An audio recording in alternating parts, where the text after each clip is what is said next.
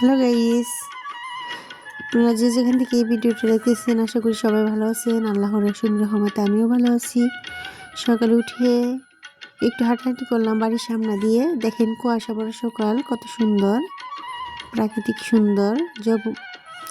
আমি যেটুকু ধরি গ্রামের প্রাকৃতিক সৌন্দর্যই ধরি একবার রিয়েলভাবে।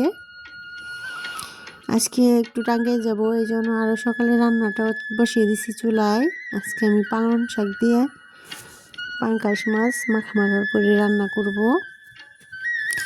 এখানে এই পালং শাকগুলো কুটিয়ে নিতেছি, ভালো করে বেছে নিব। আর শীতের মধ্যে পালং শাকটা খাইতে কিন্তু ভালো লাগে। আমার বাচ্চারা শাকের চাইতে মাছ দিয়ে রান্না করলে খায়। আর আমার বাচ্চাদের প্রিয় মাছই পাঙ্কাশ, অন্য কোনো মাছ খায় না কাটার জন্য।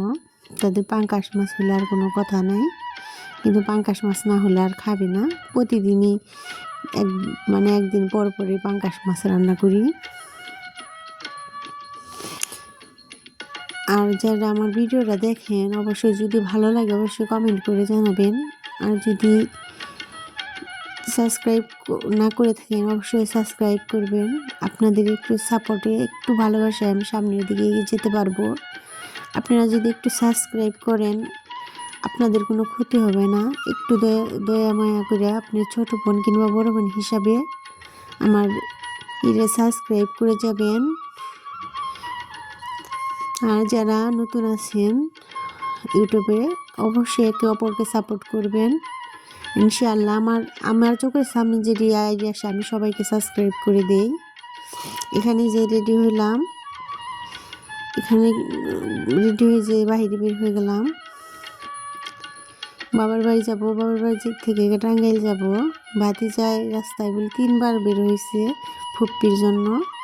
এই যে দেখেন গেটে দাঁড়িয়ে রয়েছে।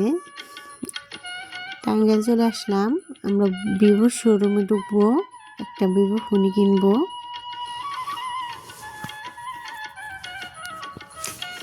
আর এই ফোনটা নিলাম, ফোনটা পছন্দ হলো, ব্ল্যাক কালার, আমার কাছে ভালোই লাগলো। আর ভাই ছেলে আমরা সবাই মিলে 3 জনে মিলে ফুচকা খেলাম। যেখানে দেখেন ফুচকার দোকানে এসে পড়ছি।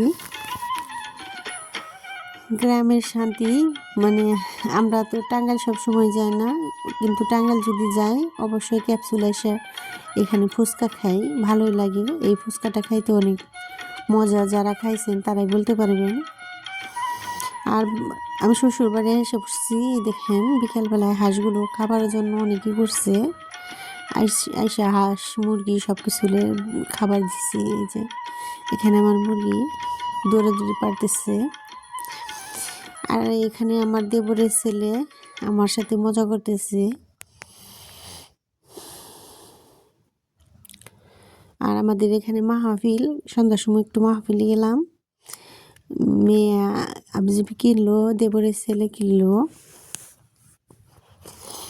মেয়ে এখানে কটবেল খাবে, কটবেল মাখা করে দিতেছে।